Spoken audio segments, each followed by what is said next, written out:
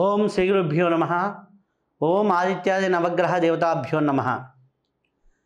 జనరల్గా జాతకం చూస్తున్నప్పుడు చాలామంది అడిగే ప్రశ్న, మాకు గురుబలం ఉందా, గురువు జాతకంలో బలంగా ఉన్నాడా లేదా అని చాలామంది సర్వసాధారణంగా అడుగుతూ ఉంటారు. అయితే గురుబలం ఏం చేస్తుంది అంటే, జాతకంలో గురువు బలంగా ఉంటే స్థిరచరాస్తులకి కారకుడు, అలాగే సహజంగా తల్లిదండ్రుల నుంచి లభించేటటువంటి ఆస్తిపాస్తులకి ఆయనే కారకుడు, ఆధ్యాత్మిక జ్ఞానానికి కారకుడు. ఏ పని చేయాలన్నా గురువు బలంగా ఉన్నప్పుడు మనకి చాలా స్మూత్గా పనులు అవుతూ ఉంటాయి.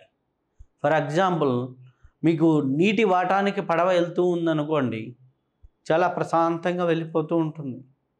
పెద్దగా వాళ్ళు కష్టపడే పనుల బోట్లు నడిపేవాళ్ళు. అదే మీకు ఆపోజిట్ డైరెక్షన్లో ఎదురీతగా పడవను నడపాలి అంటే చాలా కష్టపడాలి, చాలా ఇబ్బంది అవుతూ ఉంటుంది. అలాగే జీవితంలో ఎవరికైతే గురుబలం తక్కువగా ఉందో వాళ్ళు చాలా ఎక్కువ కష్టపడుతూ ఉంటారు. అంటే గురువు బాగుంటే మీరు ఒక 100 రూపాయలు పని చేస్తే ఫలితం 200గా వస్తూ ఉంటుంది. గురువు బాగా లేడనుకోండి, 100 రూపాయలు పని చేస్తే వాళ్ళకి 70 రూపాయలు 80 రూపాయలు వస్తూ ఉంటుంది. ఒకరికి ఉన్నట్టుండి అదృష్టం కలిసి వచ్చింది అంటారు, అది గురుబలం బాగుండబట్టి. కొంతమందికి లేనిపోని కష్టాలు ఉన్నట్టుండి జరిగినాయి, అనవసరమైన నష్టం జరిగింది అంటారు, అది గురుబలం దెబ్బతిన్నట్లే. వారి జాతకాలలో గురుబలం బాగా ఉంటే ఏ పని చేసినా, వివాహం చేసినా, గృహప్రవేశం చేసినా, ఏ పని చేసినా కానీ బాగా అభివృద్ధి అనేది ఉంటూ ఉంటుంది. అంటే బాగా తొందరగా స్మూత్గా అయిపోతూ ఉంటాయి. ఒక ఇల్లు కొన్నా అభివృద్ధి ఉంటుంది, ఒక స్థలం కొన్నా అభివృద్ధి ఉంటుంది. జీవితంలో అభివృద్ధి అనేది బాగా ఉంటుంది. కాబట్టి గురుబలం అనేది అంత ప్రధానమైంది. జాతకంలో గురువు, శని ప్రధానంగా గ్రహాలు బాగున్నాయి అంటే మిగిలిన గ్రహాల్లో చిన్న చిన్న డిస్టర్బెన్సెస్ ఉన్నా ఈ ప్రధానమైన గ్రహాలు సెట్ చేస్తూ ఉంటాయి. అంటే భౌతిక జీవితంలో చూసుకున్నామనుకోండి, మంచి స్థిరచర ఆస్తులు ఉండి, మంత్లీ కొంత ఇన్కమ్ ఉండి, రోజువారీ కొంత ఇన్కమ్ ఉండి, మంచి ఆస్తిపాస్తులు ఉండి ఉన్న వాళ్ళకి చిన్న చిన్న సమస్యలు ఉన్నా, ఒక ఖర్చులు వచ్చినా అవి పెద్దగా వాళ్ళని ఎఫెక్ట్ చేయవు. అదేవిధంగా మనకి ఈ గురుబలం ఉన్నప్పుడు ఆటోమేటిక్గా మనకు వచ్చే ఇబ్బందులు చాలా వరకు సమసిపోతూ ఉంటాయి. ఈ గురుబలం పెరగాలంటే ఏం చేయాలి? దత్తాత్రేయుని క్షేత్రాలు దర్శనం చేసుకోవాలి, దక్షిణామూర్తి క్షేత్రాలని దర్శనం చేసుకోవాలి. అలాగే దక్షిణామూర్తి స్తోత్రాన్ని వీలైనన్ని ఎక్కువసార్లు పారాయణ చేయాలి. దక్షిణామూర్తి స్తోత్రాన్ని పారాయణ చేస్తూ ఉంటే చాలా అద్భుతంగా గురుబలం పెరుగుతూ ఉంటుంది. అరుణాచల దర్శనం చేసుకుంటూ ఉంటే, గిరి ప్రదక్షిణ చేస్తూ అరుణాచలం దర్శనం చేసుకుంటుంటే గురుబలం పెరుగుతూ ఉంటుంది. మన ఆంధ్రప్రదేశ్లో పిఠాపురం కావచ్చు, ఇప్పుడు తెలంగాణలో కురుగడ్డ కావచ్చు, అలాగే మన కర్ణాటక బార్డర్, మహారాష్ట్ర బార్డర్కి వచ్చేసరికి గానుగాపూర్ కావచ్చు, ఇటువంటి దత్తక్షేత్రాలని దర్శనం చేసుకుంటూ ఉంటే మనకి గురుబలం అనేది ఆటోమేటిక్గా పెరుగుతుంది. గురువులు నివసించిన ప్రదేశాలు, గురువులు జీవ సమాధులైన ప్రదేశాలు దర్శనాలు చేసుకుంటూ ఉంటే గురుబలం పెరుగుతూ ఉంటుంది. అలాగే మనకి ఇంట్లో ఈజీగా చేసుకోగలిగినటువంటి రెమెడీ ఏంటంటే, రావి ఆకుల కషాయం తాగుతున్న గురుబలం పెరుగుతూ ఉంటుంది. అలాగే పసుపు ఎక్కువగా ఉపయోగిస్తున్నా కానీ గురుబలం పెరుగుతూ ఉంటుంది. అందుకే ఆడవాళ్ళకి స్నానానికి పసుపు రాసుకోండి, మంగళసూత్రానికి పసుపు రాసుకోండి. ఎందుకంటే గురుబలం బాగా ఉంటే వాళ్ళకి సంతృప్తి, సంతోషం అనేది బాగా ఉంటుంది. గురుబలం లేదనుకోండి, ఎన్ని ఉన్నా నాకు తృప్తి లేదు అంటారు, ఆందోళనతో ఉంటారు, భయంతో ఏం జరుగుతుందో అనే బాధతో ఉంటారు. మీకు ఆందోళన ఉందా? మీకు గురుబలం లోపం ఉంది. మీకు సంతృప్తి లేదా? గురుబలం లోపం ఉంది. మీకు సాటిస్ఫాక్షన్ లేదా? గురుబలం లోపం ఉంది. మీకు పనుల్లో అనుకూలత లేదా గురుబలం లోపం ఉంది, వాటన్నిటినీ సరిచేసేది ముందర చెప్పినటువంటి రెమెడీస్. అలాగే రావి మొక్కలు నాటండి.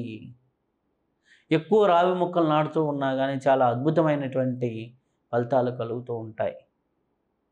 ఈ విధంగా దత్తక్షేత్రాల దర్శనం, దక్షిణామూర్తి స్తోత్ర పారాయణం, అలాగే హయగ్రీవ స్తోత్ర పారాయణం, అలాగే అమ్మవారికి సంబంధించి జ్ఞాన సరస్వతికి సంబంధించినటువంటి స్తోత్రాల పారాయణం, ఇవి ఏవి చేస్తున్నా కానీ గురుబలం అద్భుతంగా పెరుగుతూ ఉంటుంది. అలాగే సాధువుల్ని, సన్యాసుల్ని దర్శించుకుంటున్నా కానీ గురుబలం పెరుగుతుంది. ఆశ్రమాలకి మనం తోచిన సహాయం పని రూపేణానో, సమయం రూపేణానో, ధనం రూపేణానో ఇస్తూ ఉంటే గురుబలం పెరుగుతూ ఉంటుంది. కాబట్టి ఇన్ని రకాలుగా ఇవన్నీ సేవల్ని మన నిత్య జీవితంలో అలవాటు చేసుకుంటే చాలా అద్భుతంగా గురుబలం పెరుగుతూ ఉంటుంది. పూర్వకాలంలో మన దగ్గర ఉన్న క్షేత్రాలకు వెళ్ళి అక్కడ ఉన్నటువంటి పనులు చేసేవాళ్ళు, ఆశ్రమాలకు వెళ్ళి పనులు చేసేవాళ్ళు. కాబట్టి ఇవన్నీ చేస్తూ ఉంటే గురుబలం బాగా పెరుగుతుంది. గురుబలం పెరిగితే మీరు ఏ పని చేస్తున్నా, ఏది చేస్తున్నా కానీ సంతృప్తిగా, సంతోషంగా, ఆందోళన లేకుండా ముందుకి విజయవంతంగా మీ జీవితం సాగుతూ ఉంటుంది. ఆర్థికంగా ఉన్నతి ఉంటూ ఉంటుంది. ఆర్థిక లావాదేవీలన్నీ అద్భుతంగా సాగుతాయి. జీవితం అనేది ఒక సస్యశ్యామలంగా ఉంటుంది. అబ్బా, ఆ కుటుంబం చూడంగానే పచ్చపచ్చగా అద్భుతంగా ఉందిరా, వాళ్ళ ఇంట్లో అందరూ హ్యాపీగా ఉన్నారా, ఆ ఇంట్లో సంతోషం ఉందిరా, ఆ ఇంట్లో గురుబలం ఉన్నది, గురువుల అనుగ్రహం ఉన్నది. కాబట్టి ఆ ఇల్లు ఎప్పుడూ కూడా కలకలలాడుతూనే ఉంటుంది, ఎప్పుడు శుభకార్యాలతో ఉంటుంది. చిన్న చిన్న కర్మలు ఉంటాయి, ఇబ్బందులు ఉంటాయి, కానీ వాటినన్నిటిని దాటి ఉంటారు. వాళ్ళకి మంచి లక్కు బాగుందిరా, కలిసి వస్తుంది, వాడికి అదృష్టవంతుడురా, గురుబలం బాగుంది. వాడు 10 రూపాయలు పెట్టి ఒక వస్తువు కొన్నాడు, అది 100 రూపాయలు అయిందిరా, గురుబలం బాగుంది. ఒక స్థలం కొన్నాడు, కలిసి వచ్చిందిరా, గురుబలం బాగుంది. ఒక కాంట్రాక్ట్ చేశాడు, కలిసి వచ్చిందిరా, గురుబలం కలిసి వచ్చింది, గురుబలం బాగున్నట్లే. ఏదైనా నష్టం వస్తుంది, ఇబ్బందులు ఉన్నట్టే. అప్పుడు ఈ క్షేత్రాలని దర్శనం చేసుకుంటూ ఉండండి, ఈ పారాయణలు చేసుకుంటూ ఉండండి, మీకు అద్భుతంగా ఉంటుంది. గురువు బలాన్ని ఎంత పెంచుకుంటూ ఉంటే జీవితంలో అంత ఆనందంగా, అంత సంతృప్తిగా మీ జీవితం సాగుతూ ఉంటుంది. కాబట్టి మీరు సంతృప్తిగా, ఆందోళన లేకుండా, ఆనందంగా, మానసిక ప్రశాంతంగా ఉండాలి అంటే మీ జీవితంలో గురుబలం పెంచుకోండి. దానికి నిత్యం దక్షిణామూర్తి స్తోత్రం పారాయణ, రావి ఆకుల కషాయం, అలాగే ఈ యొక్క అరుణాచలం లాంటి క్షేత్రాలని దర్శనం చేసుకుంటూ ముందుకు వెళ్తూ ఉంటే, పిఠాపురం కావచ్చు, అలాగే మన కురుగడ్డ కావచ్చు, గానుగాపూర్ లాంటి క్షేత్రాలని దర్శనం చేసుకుంటూ ఉంటే చాలా చాలా చాలా అద్భుతమైనటువంటి ఫలితాలు ఉంటాయి. సుఖము, సంతోషము, ఆనందంగా, సంతృప్తిగా, ఆందోళన లేకుండా జీవించేటటువంటి ఏకైక మార్గం గురుబలాన్ని పెంచుకోవడం. ఇది చేయండి, మీ జీవితాల్ని అద్భుతంగా మార్చుకోండి. శుభం భూయాత్, సర్వే జనా సుఖినో భవంతు.